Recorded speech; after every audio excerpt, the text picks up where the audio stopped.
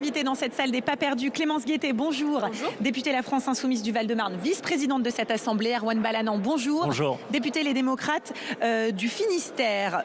Clémence Guettet, j'imagine que vous aussi, vous avez fait vos comptes. A priori, la censure ne passera pas aujourd'hui. C'est à cause des socialistes ? Déjà, on va attendre le résultat du vote.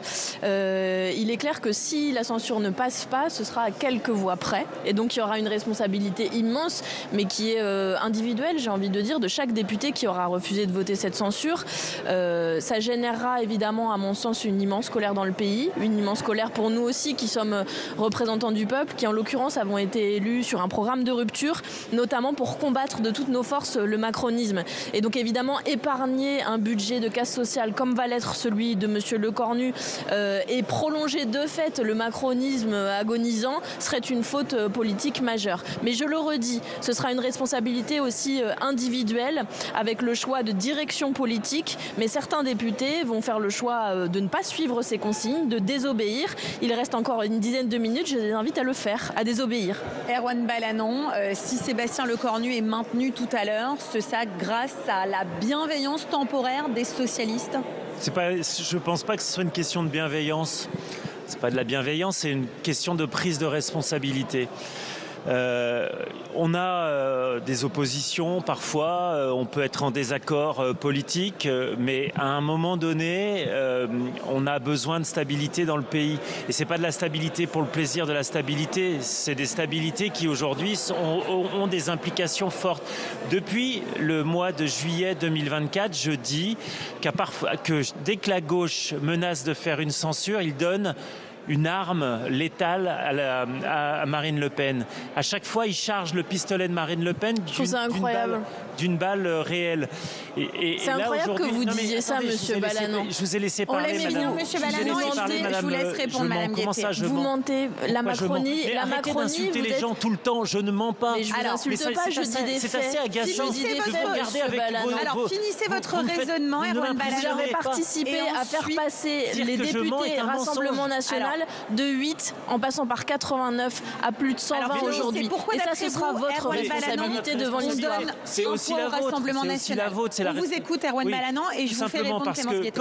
Quand les écologistes ou les socialistes disent on ne va pas censurer, Marine Le Pen n'a aucun pouvoir. Et on voit bien depuis avant-hier, Marine Le Pen est dans un état de déliquescence. Elle voit bien qu'elle perd. Et ce qui a gagné, et là on aurait pu être d'accord, madame Guettet, ce qui a gagné en juillet 2024, c'est le Front républicain. C'est le nouveau Front populaire qui a gagné. Non, c'est pas vous qui avez gagné. Personne n'a gagné. Arrêtez Clémence avec cette musique qui ne marche plus auprès des Français. Sur cette accusation, sur le fait qu'effectivement, on le rappelle, 289 voix. Vous mentez, en l'occurrence, vous mentez. 289 voix. Bien sûr que si, c'est un mensonge. L'augmentation du nombre de députés Rassemblement National, c'est parce que des deux mains, vous et les autres macronistes avez mis à l'Assemblée, vous êtes Modem, c'est exactement la même chose, vous êtes encore dans le socle gouvernemental, même s'il est très fragile, vous êtes encore, à ce que je sache, dans la majorité minoritaire. Pendant les législatives, tout de même, pour empêcher une majorité relative du Rassemblement National. Je ne suis absolument... je ne suis absolument pas fébrile. Je vais vous dire ce qui s'est passé en 2024. Il s'est passé la dissolution de l'Assemblée nationale et le non-respect du résultat des urnes par le président de la République qui a mis au gouvernement une force politique qui avait fait 6%. Ça ne prend plus. Mais monsieur Balanant, baladez-vous dans le pays 5 minutes, vous verrez le degré de colère contre toutes les horreurs qui vont passer dans votre budget. Doublement des franchises médicales, les malades du cancer qui vont payer une taxe. Non, je suis très en colère en réalité. On va retrouver un député socialiste des 4 colonnes. Laurent Baumel est au micro de Stéphanie Despierres. Vous entendez les insoumis qui disent cette suspension des retraites c'est un leurre, c'est un subterfuge, ça n'ira pas au bout. Qu'est-ce que vous répondez ? Je réponds que c'est pas vrai. Et en tout cas, si ça ne va pas au bout, parce qu'il y aurait des entourloupes, des ruses de procédure qui feraient que le truc s'enlise et disparaît peu à peu dans le débat, nous censurerons. Parce que de notre point de vue, Sébastien Lecornu, il a pris un engagement fort, public, devant le pays tout entier, en réponse à notre demande et comme condition de notre non-censure. Donc si à la fin, par des ruses, des entourloupes diverses et variées, il devait y avoir une disparition de la suspension de la réforme des retraites, nous n'avons pas renoncé à notre droit de censure et on l'exercera. Exactement comme on l'a fait avec François Bayrou. On nous avait dit, parce qu'on avait laissé passer un budget, vous ne le censurerez plus jamais. Le moment venu, lorsque François Bayrou, sur les retraites, n'a pas tenu sa promesse de proposer une loi au Parlement, on l'a censuré. Ce qui risque d'être plus compliqué, c'est qu'au fil de la discussion parlementaire, vous dites que vous voulez modifier ce budget, mais il va falloir que vous soyez à la fois très présent dans l'hémicycle et qu'in fine, peut-être que vous serez amené à accepter des choses dans le budget qui ne vous conviennent pas pour garder cette suspension des retraites. Alors d'abord, le budget de la sécurité sociale dans lequel sera incorporée cette suspension des retraites, il comporte aujourd'hui beaucoup de choses très irritantes, comme le doublement des franchises, le gel des pensions. Et là, moi, je suis convaincu qu'à partir du moment où il n'y a pas de 49.3, vous aurez dans l'hémicycle des majorités pour revenir sur ces choses irritantes. Et donc, à la fin, la copie du budget de la sécurité sociale sera assez différente de la copie initiale et peut-être qu'à ce moment-là, on aura moins de difficultés à voter ou à laisser passer ce budget. Mais si ce n'était pas le cas, je le répète, s'il devait y avoir des choses très irritantes, des contradictions, si le budget devait ensuite aller au Sénat et être de nouveau durci, bref, si au travers de toute cette procédure, l'exécutif se débrouillait en quelque sorte pour faire disparaître la concession qu'il a faite sur la réforme des retraites, alors nous ne ferions pas disparaître notre droit de censure. On le sortirait et on l'utiliserait. Merci beaucoup. Merci beaucoup Stéphanie Despierres. Clémence Guettet, les socialistes disent s'il y a rue, s'il y a entourloupe, on peut censurer à la fin. Là, on se laisse juste le temps de débattre dans l'hémicycle. Ce que je regrette, en fait, c'est que c'est une perte de temps monumentale. Parce qu'en fait, on sait que la censure, à un moment donné, va arriver. Monsieur Baumel, donc la direction du Parti Socialiste, par sa voix, fait semblant d'ignorer toute la procédure parlementaire. Moi, je vais vous dire, en essayant de le dire le plus simplement possible aux gens qui nous écoutent, les socialistes, si jamais ils veulent garder cet amendement possible sur un décalage de la réforme des retraites, devront voter tout le budget de la sécurité sociale.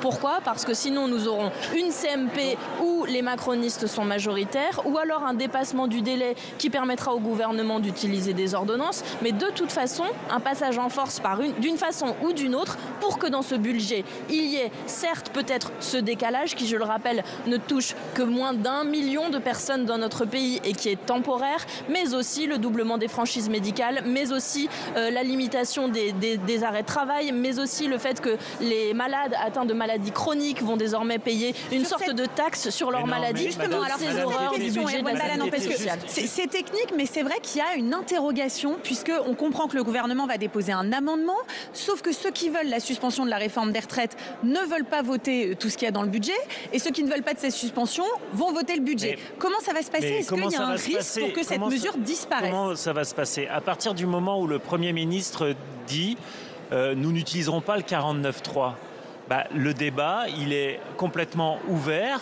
et on va pouvoir, avis contre avis, dans ce processus parlementaire, voter un budget. Il aura été voté et chaque amendement aura été voté. Et monsieur il y a risque de ne pas avoir le temps de couper les gens d'aller sur des ordonnances aussi. On en parle beaucoup à l'Assemblée, un rejet du budget, des ordonnances. Mais après, ça, c'est la responsabilité de chacun de ne pas faire d'obstruction et d'avancer.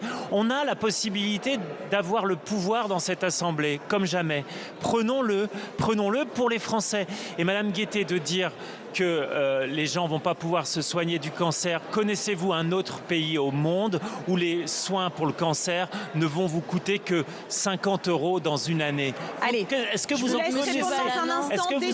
Est-ce que vous connaissez les hôpitaux? 800 € de plus pour les gens qui souffrent de maladies chroniques. Détour, salle des 4 colonnes, on va je pense que même vous avez qui valent parfois des millions, madame, et qui sont gratuits en France. Emeline Carbidi, je pense que même vous avez quel pays européen ça n'existe pas. Emeline Carbidi, députée reconnaissez ça quand même. Nous avons la chance d'avoir un pays incroyable avec une sécurité sociale. Vous êtes en train de détruire. Vous êtes en train de détruire. Je vous propose de regarder. Je m'oppose à vous pour la sauvegarder, notre sécurité sociale. Allez, un peu de respect pour notre collègue, votre collègue Emeline Carbidi qui attend au micro de Clément Perrot, celle des 4 colonnes.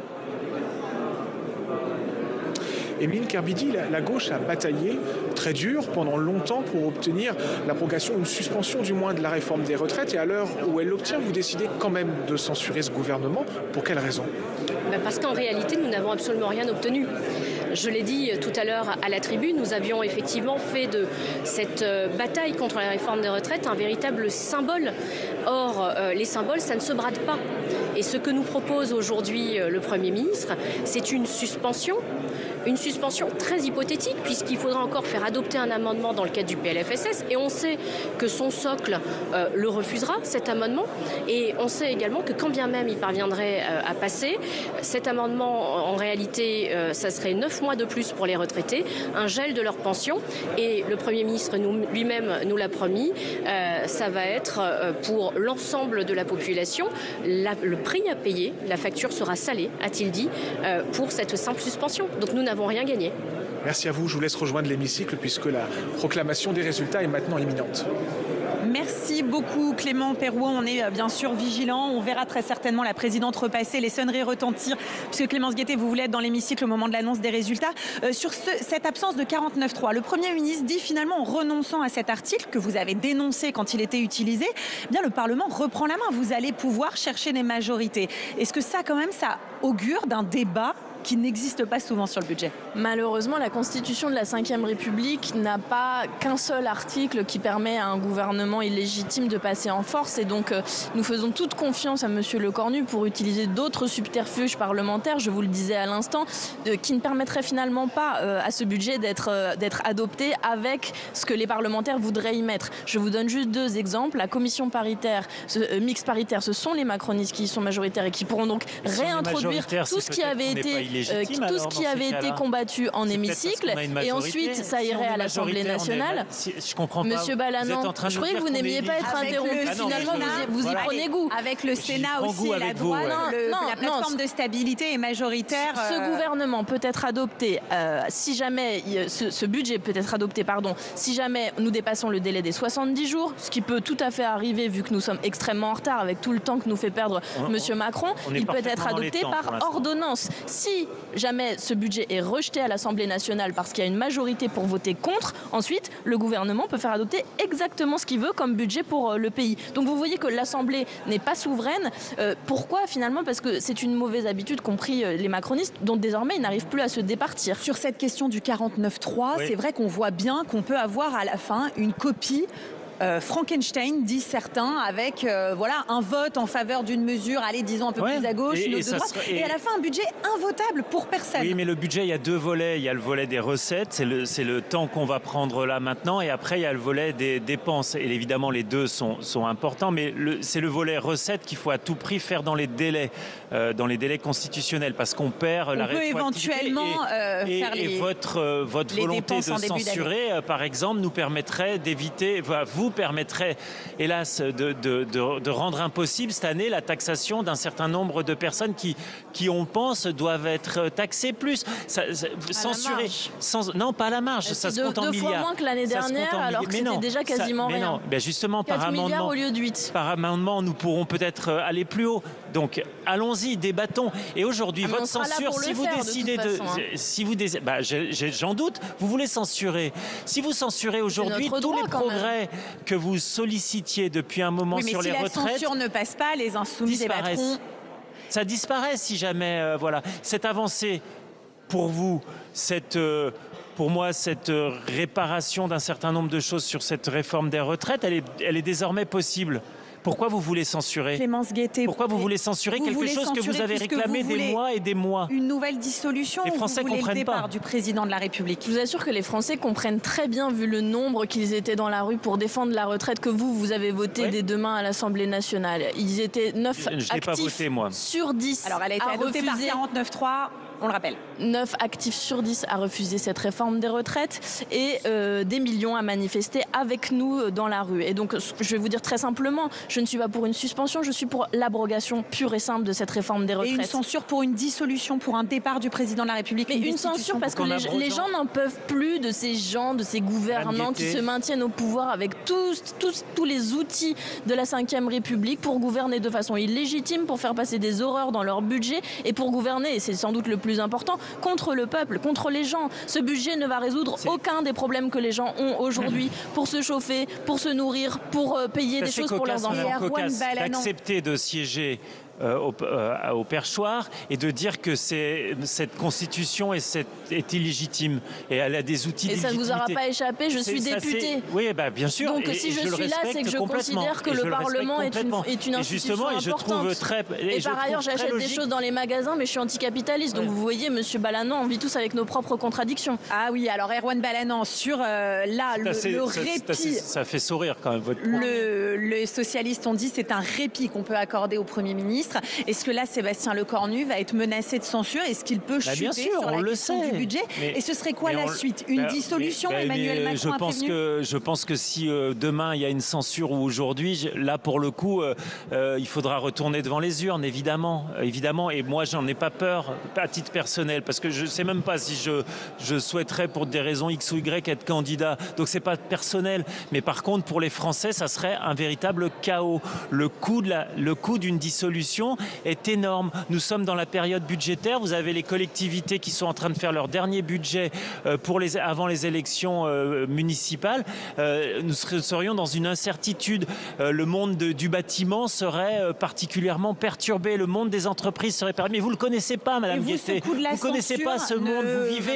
Vous vivez sur un nuage. En fait, ce qui est quand même amusant dans les deux exemples que vous venez de prendre, Monsieur Balanant, c'est qu'en l'occurrence, vous coupez encore une fois dans le budget des collectivités locales dans ce budget. Si, bien sûr que si. Le budget n'a pas été voté. On va le voter ensemble, Madame Guettet. Dans le projet de budget de Monsieur Lecornu, il y a encore des coupes pour les collectivités locales. Et par ailleurs, si le BTP est dans un état d'incertitude totale depuis quelques années, notamment depuis 8 ans, c'est parce que vous ne leur donnez aucune visibilité, notamment en mettant ma prime rénov, puis plus ma prime rénov, et donc que les petits entrepreneurs ne savent plus dans quelle direction politique ils peuvent aller, parce qu'ils ne sont pas soutenus par vous. Je vous rappelle que vous votiez contre ces mesures, que vous réclamiez de remettre aujourd'hui. Vous savez, le rythme qu'il aurait fallu, c'était 2000 ans pour rénover les bâtiments, aujourd'hui qui sont des passoires énergétiques. Vous êtes dans une opposition systématique. Les Français ont compris que vous voulez le chaos.